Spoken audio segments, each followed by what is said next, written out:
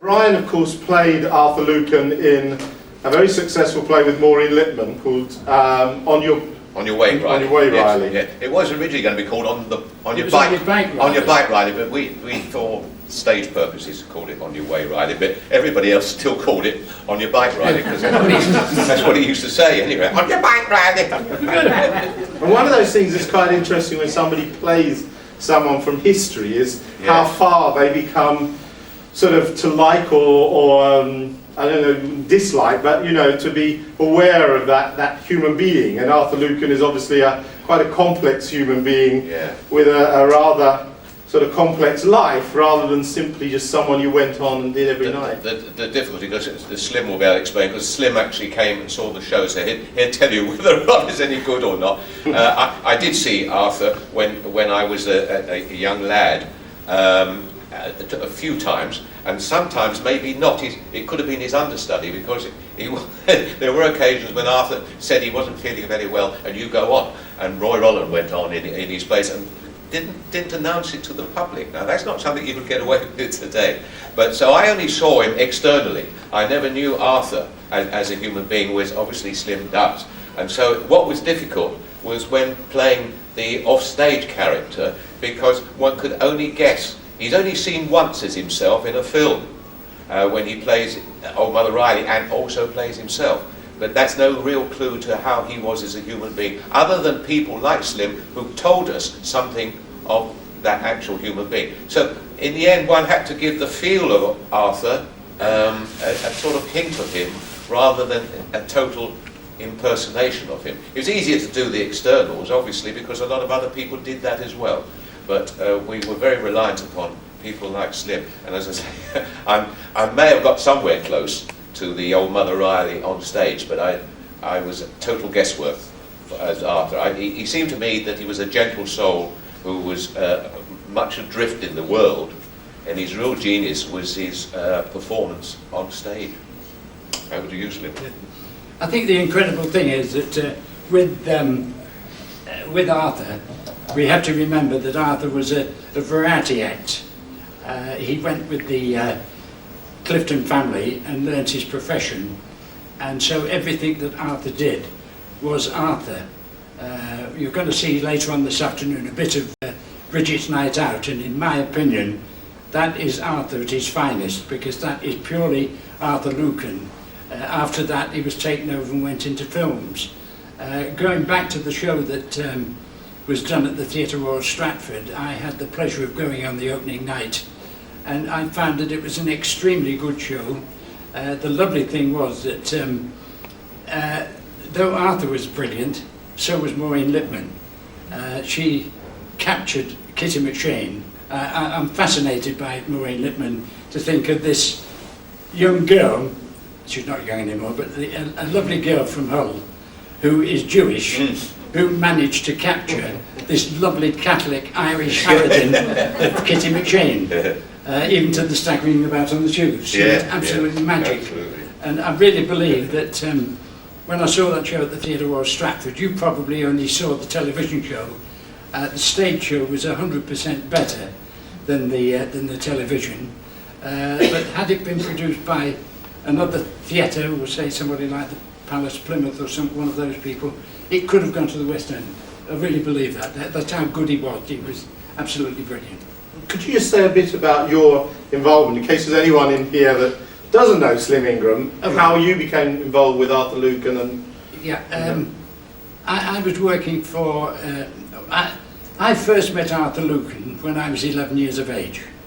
I was a call boy at the New Theatre Northampton, and Arthur Lucan came to the theatre, and he was Lucan and McShane before he was Old Mother Riley.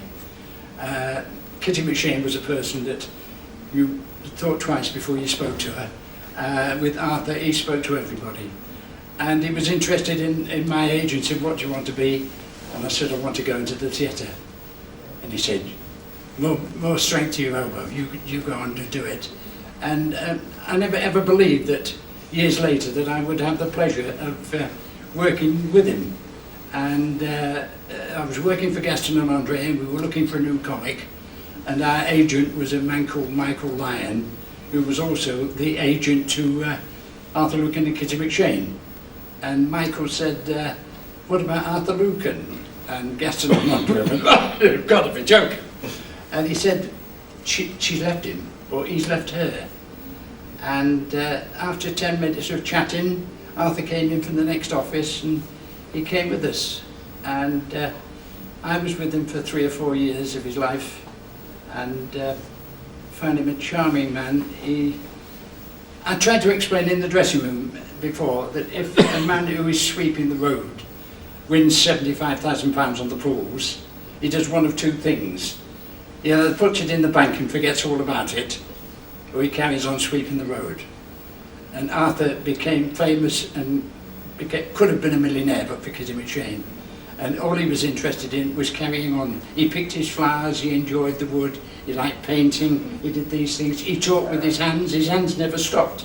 If you'd tied his hands down, he couldn't have talked. And he just went on like that. And we had a lot of harassment from Kitty. She got into theatres, and in one instance we were doing the Match Cellar sketch at the Metropolitan Edgware Road, a theatre that was knocked down. I never ever knew why. And in the Match Cellar sketch, Gail Douglas was playing the part of the bride, and it comes to a point in the sketch where she says to old Mother Ali, I don't suppose you've ever had a lover in your life. And just at that moment, Kitty McShane came up the run out from the auditorium, got old Gail, threw her off stage, and hit Arthur over the head with a handbag, and said, I'll swing for you yet. And at that point, my stage manager, who was Ellis Ashton, came on in an orange shirt, light blue trousers, maroon socks, brown shoes, and picked Kitty McShane up and carried her off. She was thrown out through the stage door. I went on, I got hold of Arthur with one hand and the garden seat with another, and we dragged it off. The cloth went up into the finale. A girl came on singing "All Right Again," and that went the Valerian. Everybody came down doing who's best. And the last one down was Arthur, and he did something then that I don't think he'd ever done before. He took his wig off, and the curtain came down, and we had 10 chorus girls, and my head girl was a girl called Mary Charlton, who was a lot older than the other girls, and you can imagine the chaos that was going on backstage. And this head girl said to the 5 that came on from the front side, she said, there'll be a bloody rehearsal in the morning for you lot. They said, why? She said, we had a bloody step. And we then got Arthur back to his dressing room, and as we walked past the stage door, he said, where's Kitty? I said, she's in the street. He said, you can't leave my wife in the alley.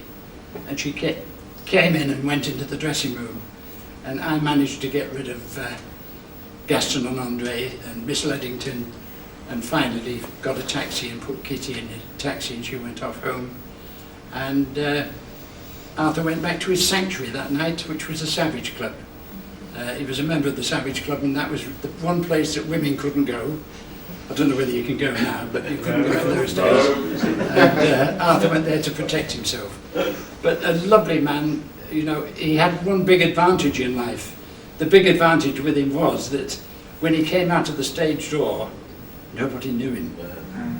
Nobody ever knew Arthur Lucan. Did they wait for him, Sim? Did anybody wait at the people stage door? were there, yes. I mean, he'd walk past them, presumably. Yeah, because the days that we're talking about is people stood outside the stage door for autographs. Yeah. Now, that to me is a proper autograph hunter. Yeah. Today, they hand the books in. I mean, I can be perfectly honest with you, there was myself and Roy Rolland often signed Arthur's autographs. Because Arthur had quite a strange way. We were just saying before we came on that when Arthur left home at the age of 14, I'm sure that he was a very naive young man. And I think by the time he got to 28, which was in 1913 when he met Kitty McShane, he was still a naive young man. And I think with Kitty, she looked at Arthur, and that was her way out of Dublin, because she was already singing in booths at that time. And you know, he was such a wonderful man, and they're just not words to explain it. But he used to do all his writing with a ruler, and then he put the tails on, and we all walked around with the 6-inch ruler in our hands. And somebody said, "Could you get Arthur?" "Oh yes, there you are." And miraculously, they all look the same. But and as much as we know that the relationship between Kitty and Arthur was pretty gone pretty bad. But Arthur appeared to still love her, didn't he? But he must have been very lost when they split up. In 1953, I went with Arthur to Carey Street when he was declared a bankrupt. That was the cruelest blow that ever happened to him, because Arthur was an honest man. He paid his tax. He left everything in her hands, because all the scenery said, you know, Kitty McShane Productions, this, that and the other. And it broke his heart when that happened. But by that time, once he became a bankrupt, the money that was coming to him each week, we used to pay his hotel and give him £30, and then the rest of the money went to the bankruptcy court. And even in those days, it was in the time when you could send money by a telegram, a telegraph money order, and he would send half of it to Kitty. Still. Arthur fell in love with Kitty McShane back in Dublin, and he continued to love her all his life. Because they never divorced, did they? No, no. Mind you, having said that, Ken Dodd never got married. No. And he's still got his money. Just in case there's some people in here that have sort of wandered in, maybe you could tell us just how Old Mother Riley came about as a part. Was it something that he created by chance? Was it something that he, you know, worked on for a long time before putting it on stage? When he went with the Cliftons, it was at the point of time when families were going round, which might be a husband and wife and a couple of kids, and they'd pick up another one, and the act grew and grew and grew. And that was where Arthur learned everything about his funny walks and his funny moves and all the grace of walking on stage. He then got the opportunity of moving on into another show as a second comic, and by this time he had married Kitty, and the money wasn't very good in those days. And the thing was that if you married and you had a wife, you worked out a way how you could get the wife into the show. And that meant that instead of getting two £10, you got £17.50, and the management made a killing, and that you got a few quid for the wife, and the management paid the railway fare. Nothing's changed. And, so he then came up with this idea. He'd written a sketch, which he'd done before, which was about a duchess teaching a man to curtsy and so forth, and he saw these women in the streets in Dublin, and I think we could safely say the women existed in every street in Great Britain. When I was a kid, every street you went into, there was always one lady in that street that if anybody died, you fetched her, and she would come and lay them out. And if somebody was having a baby, oh, Mrs. So-and-so will see to that. So there was always one of those. And I think that is what Arthur saw in the washerwomen that were going around in the Dublin area at the time, and the chatting and going on and on and on. And he modelled the character on one of those ladies, but he did tell me that he actually modelled the real figure on his own mother. Right.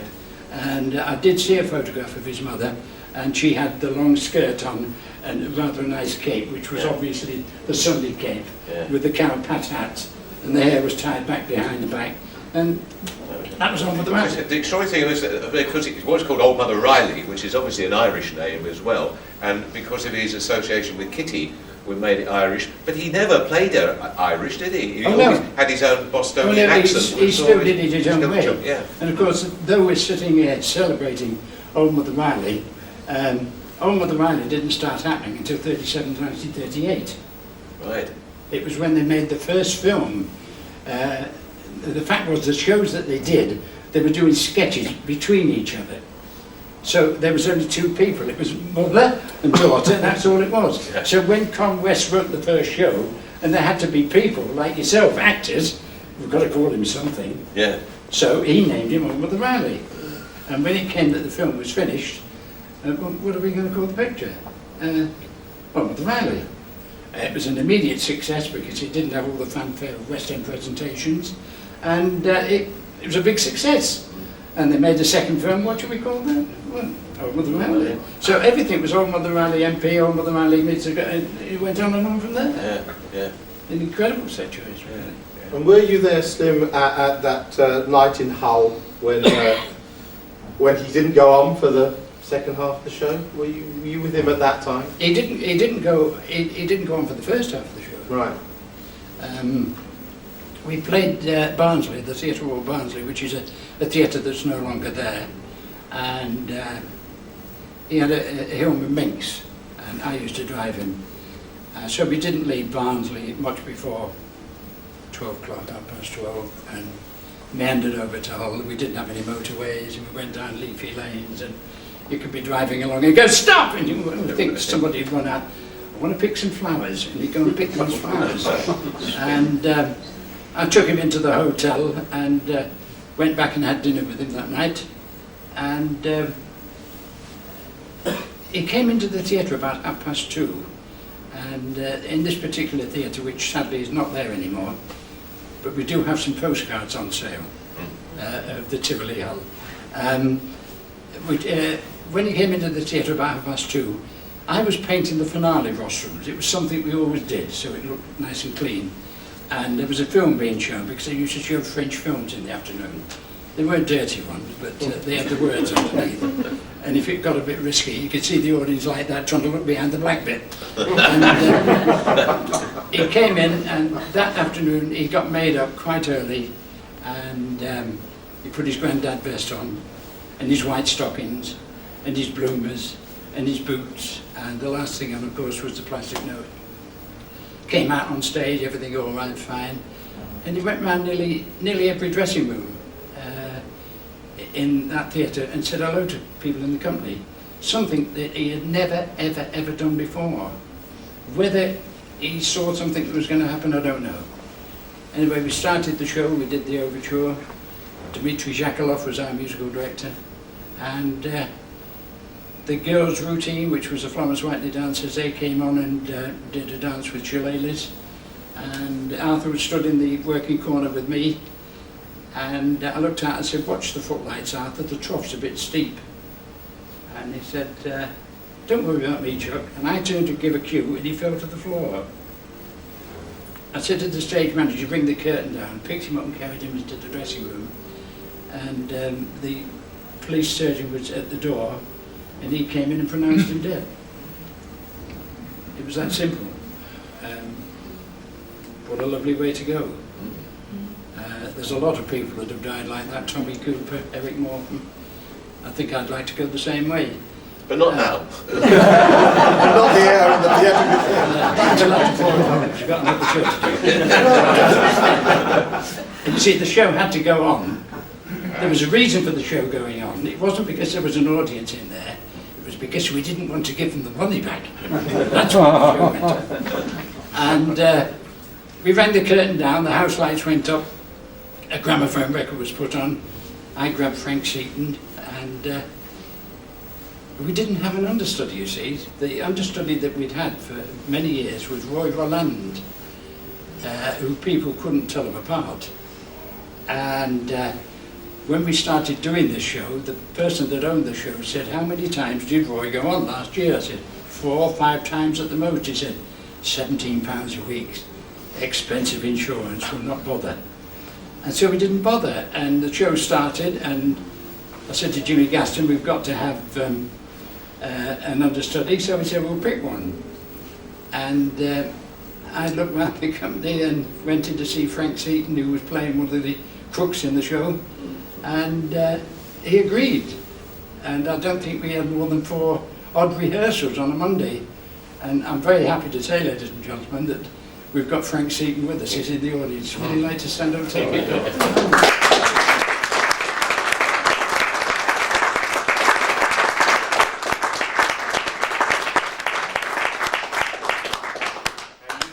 Paid £17.50 for going on. I certainly didn't. I didn't get paid anything extra at all for studying in those days. All I got, I think, after Arthur died was a letter from the management saying, it was a good experience, thank you very much. There's a lot of such management still about. One of the curious things of that night, which Slim perhaps didn't mention, was the fact that although I had rehearsals during the tour, because we'd been on tour for about 10 weeks, I think, at the time, nobody had ever seemed to think of I should make up or try the clothes on. So when I was dragged into the dressing room, I didn't quite know what to do. I'd only got a few minutes, and I had to put on whatever face I could. And Arthur's old dresser, a lady called Maisie, gave me a tip. She said, put your shoes on the wrong feet, because that will help you give the walk. And so and quickly, thank goodness, it wasn't exactly, I think, stepping into a dead man's shoes, because he did have a separate set of costumes and so on. And within 10 minutes, we started the show again, didn't we? I think less than 10 minutes. Yes. I think less than Had you actually seen Arthur perform it in? I know you were at rehearsals, but did you actually see what he did in the show? Only from the wings, as it were. Only from the wings, yes. right. And only in the sketches that he appeared in. Yeah. Yes. So everything you just had to play by ear. literally. More or less, yes. Your feet sticking out the other. I won't pretend, I mean, because it was a new experience to me being in Twice Nightly Music Hall. I'd always been what we call, laughingly now, a straight actor. That's right. Legitimate. Now that can mean a number of things. Yeah. But I'd been at the Old Vic and Shakespeare and repertory and all sorts of things like that. So the whole technique of music hall was very strange to me. And as I'd been engaged to play this comedy crook. And here I was asked to cover a wonderful music hall comedian. And I wouldn't pretend for a moment, because one thing I never was a mimic. So I just had to give what I hoped was a reasonable character performance. I wouldn't say that I was a double as Roy Rolland was. But You were a cover. yes, I was just a cover. Extraordinary. I met Frank some years ago. We were working in a play for Cambridge Company, weren't we? Yes. Touring. Sheila Hancock had directed it. And we got chatting, as you do, between sort of breaks, rehearsals. And it was at that time that we were sort of planning to do the Old Mother Riley story. And I was chatting to Frank, and Frank suddenly he said, of course, I have done some understudying in my time. I said, oh really? Oh, who was that? He said, Arthur Lucan. And I fell off the back of my chair. I said, he said, I was there on the night he died, and I went on for it. Of course, I clung to him forever afterwards. We never got through much rehearsals. I was always busy talking to him. What happened then? I kept saying to him. So that was spooky, but there are some sort of spooky relationships with Arthur. I still think he is looking down on it. I'm sure. Because Roy Rolland said that he did. Laughing as well. Yeah, he probably said it's time that somebody brought my name up again, and so pointed the finger at me or something. I mean, the thing we were talking about in the dressing room just now is that the following day, when Roy Rolland came across from Rill, and I met him at the station, and we pushed him into the show, I was the only one in the company that had ever seen Roy Rolland work. And the curtain went up, the routine was done by the dancers, and Ellis Ashton, dressed as the mayor, said, "Here she comes, old Mother Kelly."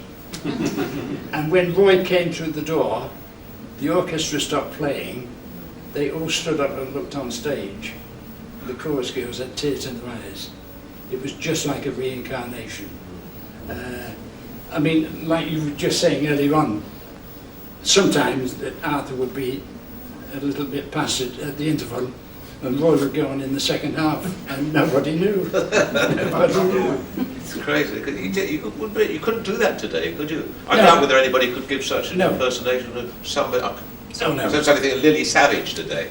If somebody would go on in place of Lily Savage and not tell the audience. I wonder whether they would know or not. Well, it would be a bloody good impersonation, wouldn't it? Maybe. Often you get problems. I mean, I was on the North Pier a few years ago with Cannon and Ball, and I've said this to many people, that when you're a double act in the theatre, you're like a marriage. If one dies, they both die. Yeah. And on this particular instance, it was Bobby Ball that was off, and Tommy couldn't go on and do anything. And Little and Large were free, and we rang them up and said, "Will you come and stand in?" They went, "No, people are coming in to see Cannon and Ball, they're not coming in to see somebody as a substitute." Yeah. But I mean, it was quite unique, the show that we had at the Old Mother Kelly. As Frank said, up until that point of time, we'd only ever done reviews, Yeah. and sketches, set sketches. Yeah. This was a stage version It was a musical. of the musical. Yeah. It was actually the actual first night, was this, of the musical? No, In we'd Hull? been running. Oh, you have we've been running? We've been running 10 weeks or more. Oh, right. Oh, Yeah, right. it was the first We night opened in Cambridge. in Hull. Yeah. The first night of the performance in Hull. Which incidentally, I'm told that the building, which was, or the where the Tivoli stood, is now an income tax office. What they did, they knocked it down, and they built this new block. And in the base of it is a Inland Revenue. cake shop, a cafe. They've got a little shrine. And Shrine some to years Arthur. ago, they unveiled a plaque for Arthur there, and on the top floor is the income tax office. And it So is he's still said paying that- them off. It has been said that a ghost has been seen I of bet. an old lady on the top floor. Maybe we his money just back. got about 10 minutes or so left. These guys have no problem talking, but it would be nice to give you a chance to ask them a question. There's one there already. Thank you. Michael Kilgareth. Could I ask if Arthur Lucan suddenly dropped dead and the understudy was on 10 minutes' time, was the audience not told what had happened? At the time, we brought the curtain back down again, Yeah. and we had gramophone music playing, and then we explained, ladies and gentlemen, we have a problem. Through to ill health, Arthur Lucan can't perform. The part tonight will be played by Frank Seton. Oh, I see. But nobody was ever told that he was dead. Well, no, Arthur They- wasn't, at that stage Arthur wasn't dead. No. But Because the first they time did- when I went back to my dressing room for a quick change, Arthur was lying on a sofa and still breathing rather heavily. Oh. And the second time when I went back for another change quickly, he had a handkerchief over his face and he died during that period. So he hadn't died when we actually started the show. In fact, did you know he hadn't died? I mean, what was it like going on in a still warm frock? Well, I say I don't think it was a still warm frock, because he had a spare set, I think, which was what. Roughly the the same. only thing that was warm was the shoes and the wig. Yes. Yeah. And the nose? The nose? No, What did no, you do that's about the a nose? separate one. A lot of people thought it was a false nose that was put on, but it was purely putty, and he Yeah. used to shape it to his nose. And remember once we were playing Colchester, and during the match cellar sketch, we had smoke coming through the floorboards, and Arthur kept going, and suddenly the fire brigade came down that way, and it was a bin by the stage door that had got ice cream cartons in it. That some kids had thrown a match into it, and it had caught fire. And we were sat in the dressing room, and he was taking his nose off, and he said, "You know, Chuck, if we didn't know better, we'd have said that was our kitty." And when we got back to the hotel, she was sat in the lounge. Right. And then, what a rumour, I don't know how true it was, but there was a point of time when they split up several times, you know. There was a point of time when Arthur was engaged as a dame to a player at the Hippodrome Bristol. And she was on the scene, but she wasn't in the thing. And she had a chauffeur and the Studebaker, and in the afternoons in theatres, as you will know, the theatre is locked, nobody's allowed backstage. And she was the last person to leave the stage door. And sometime in the afternoon there was a fire that gutted the backstage. But it was never ever proved that it was her. Anybody else? How well was he received in some of these notorious places like Sunderland and Glasgow? Could you think? How well was Arthur Lucan received in Glasgow Empire and Sunderland and the tougher theatres? It was an amazing thing, because when we talk about theatres in Sunderland, or whenever you go to those theatres, the local stage crew say, if you can make them laugh, you can make them laugh. But with Arthur, he was quite universal. He didn't seem to be tied to the north of England or the south of England. I think he was probably too provincial for London, for argument's sake, you know, for somewhere like the Palladium. But they took him in as one of those. I mean, we played the Theatre Royal Merthyr Tydfil, and we were sat in a cafe one day, Arthur and I, and it had to be a cafe because it didn't have restaurants in Martha Tipper. And there was two women at the next table, and one said to the other, she said, "You're going along to the theatre to see Old Mother Riley this week?" And the other one said, "Oh, no, no, there's a fella called Arthur Lucan taking her off." That was the secret of Old Mother Riley. The character. People refer to him sometimes as a drag act. Arthur wasn't a drag act. Arthur was exactly the same as Frank. He was an actor that created this character and made a living out of it. An absolute fantastic character that would have gone on and gone on. And it's sad to think that today there's 17 films kicking about, that the majority of them belong to Warner Brothers, and you can actually buy them in America. But not here. You can buy them in on Amazon. Yeah, right. But then you've got to transfer them back onto our format to be shown. Yes. Any other? The lady there? My partner and I perform Mother Riley and Kitty sketches, and we were only able to get the script of one, Bridget's Night Out. Is it possible to get any more scripts? Any more scripts, Are there any more other than scripts? Bridget's Night Out? I don't think there are there? The only thing I can help you with on that, if you have a word with Mary Todd, who sat right behind you, she can supply, it works out at about £11.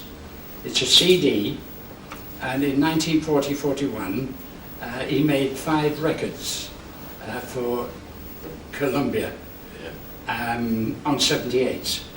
And we found this man down in Norfolk who collects 78 records, and he has all of them, and he's put them onto a CD. And so you've got 5 complete scripts. But unfortunately, as far as the other scripts are concerned, in 1948, Kitty, in one of her tantrums, burnt every one of the scripts that they ever did. That included the BBC scripts as well, together with their album, photograph album, and all the write-ups. So it was all totally destroyed. But the unfortunate thing is that when we talk about the scripts that they were doing as variety people, which is something we don't get anymore, because the television that's up the corner is a terrible gobbler of people and material. And when they did a script, they wouldn't go back to a theatre for 2 or 2.5 years. So in 2.5 years they kept polishing and polishing. So every time they came back they were doing a new act, and it was never ever put down. I mean, the sad thing is, and we're all to blame for it, none of us collected anything. Yeah.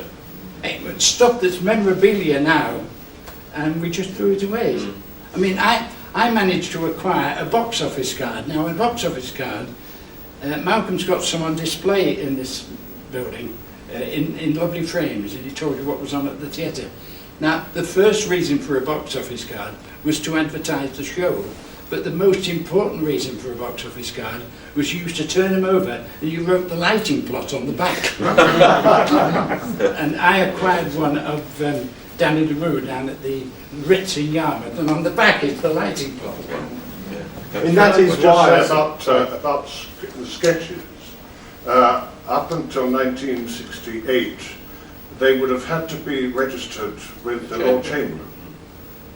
So there would be initial copies, perhaps in a very skeletal form, but there would be, by law, there would have had to be something deposited with the Lord Chamberlain. So they would be available in the British Library. It's possible. I mean, obviously it would have I'm changed. not certain, Michael, was that true to variety? Yes, It was plays. if it was a sketch, it was a play. It would have to be Because something. I've actually recently yes, looked up, for instance, Harry Tate's golfing and motoring sketches. Right. Yes, with the, Yeah. what he's saying is, with the shows that they had in those days, Yeah. if a script had to be presented to the resident manager, Yeah. and of course at the back end of the 50s, early 60s, we started paying chorus girls 10 shillings a week extra to take the bra off, and so we had nude posing, Right. and we used to have to include the photographs of the nudes as well. Yeah. One instance is, I was working as manager at the Pavilion Theatre Liverpool, and we had a play on that had a title that filled the theatre, the respectable prostitute. Yeah. And it was a very good Classic. play. Yeah. And the end of the play, the lady man has fallen in love with the other place prostitute, and he picks her up and turns, and the curtain comes down. And the police came in on the Wednesday night because, unbeknown to me, the actors had changed the movie and they carried her up and put her on the bed. Oh, right. And I think at that point of time, even in American films, you couldn't be in a double bed together unless one foot was On the ground. But they were very serious about watching it as well. Yeah.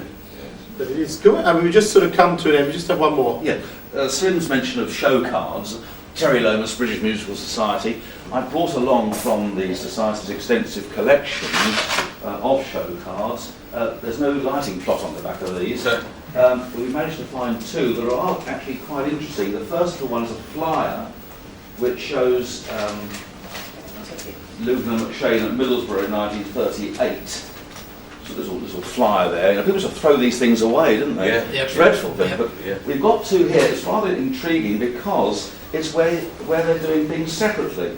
On this one, this is the Moss Empires for Sheffield.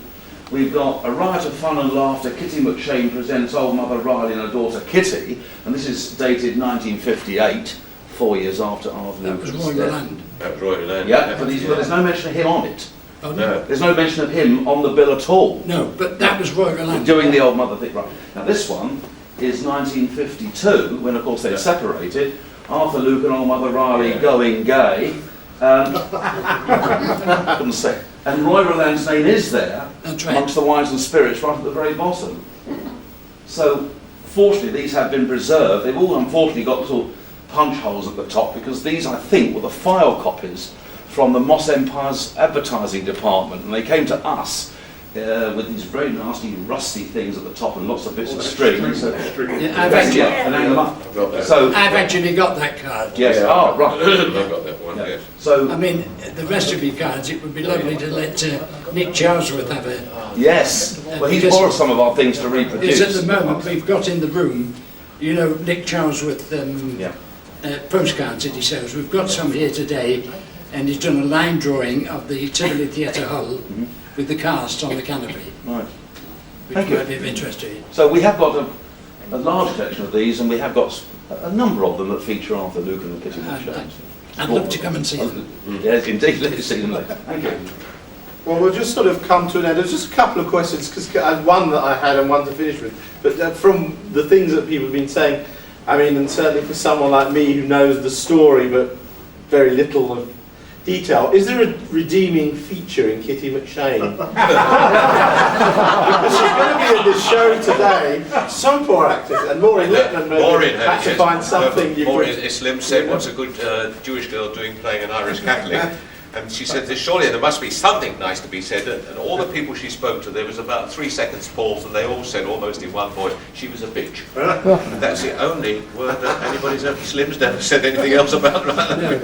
The only thing I can say about her is that, and I'm surmising now, Kitty McShane was the driving force behind Yeah. And he did love her, so there must have been... There obviously was a redeeming feature as far in the early life. I've said this to Mary, and I don't know whether I dare say it here. They only had one child, tried it once and didn't like it. So, And we just sort of, we are just going to finish now, but maybe just ask each of you for a sort of favourite Arthur Lucan moment, or something, or in terms of Brian, I mean something that particularly you got a pleasure out of perhaps playing a sketch or something like that. I just love, I've never seen, not even in pantomime, that comic energy and zest that Arthur had. He seemed to fill the stage. He would be in one place and the other place and there. And I've never seen that happen now anymore. He was as Slim said, it was in a creation, old Mother Riley, or whatever he called him. You forgot that he was a fella. Maureen said to me once when she watched them for the first time, she said, do you know, she said, I did see a film once, she said, and I thought it was Kitty that was in drag. I thought Arthur was a woman. And I think that's the best summing up of that performance. Exactly. And Frank? Well, of course, oddly enough, although doing that tour, I never got really to know, I wish I had, I never really got to know him at all, and didn't get any sort of private life with Arthur at all on tour. You were quite separate. But just a couple of rather sad things, I suppose, just the days before he died. One was, I think we were on the station, as one did on tour, having coffees at Doncaster Station, and our luggage and stuff was outside, and somebody said, "Arthur, your new overcoat, you left it outside." "Oh, it doesn't matter, Chuck," he said, "I've lost everything." That was just before he was coming up for his bankruptcy things. And almost the last time I saw him was the morning he died on the Monday, and he was just wandering around Woolworths in Hull, looking rather lost. There's a sad memory that all I can tell you. That's The clown who's Yeah, I mean, when, for me, it was that once he'd made that break with Kitty, he virtually lived in little tiny suitcases and carrier bags and flowers that he picked from the road and put into a milk bottle. He was that way. He went out and bought clothes, and they never ever fitted him. You know, he'd come like, I said, "You'll never grow into it, Arthur." And he was such an ordinary man. Simple man. He really was. A simple man. I like to think of him as Arthur Toll. Yeah. I mean, I think it's very important from the museum's point of view, just to say as we're finishing, I mean, one of the problems, as Terry sort of shows with those playbills and things, we have a great lack of information on popular entertainers, because still a lot of the information is held in the oral history of people like Slim and Frank that were there, and it's very important, and guys like Brian, of course, that recreate and look into these parts, so it's very important for us, we're videoing it so that people can keep it in our archives, and if in 20 years someone wants to know something about Arthur Lucan, you know, just this little bit this afternoon, we'll probably tell you as much as we have in all our boxes, because there'll only be bits of paper. So I'm extremely grateful for the three of you for coming. We could talk much more, and I'm sure Omrelas will do something like this again, because you know, there's so much more that can be said. Yeah. But thank you very much for now. We're going to have a short break, and then we will set up for the Life of Riley. Thank you guys.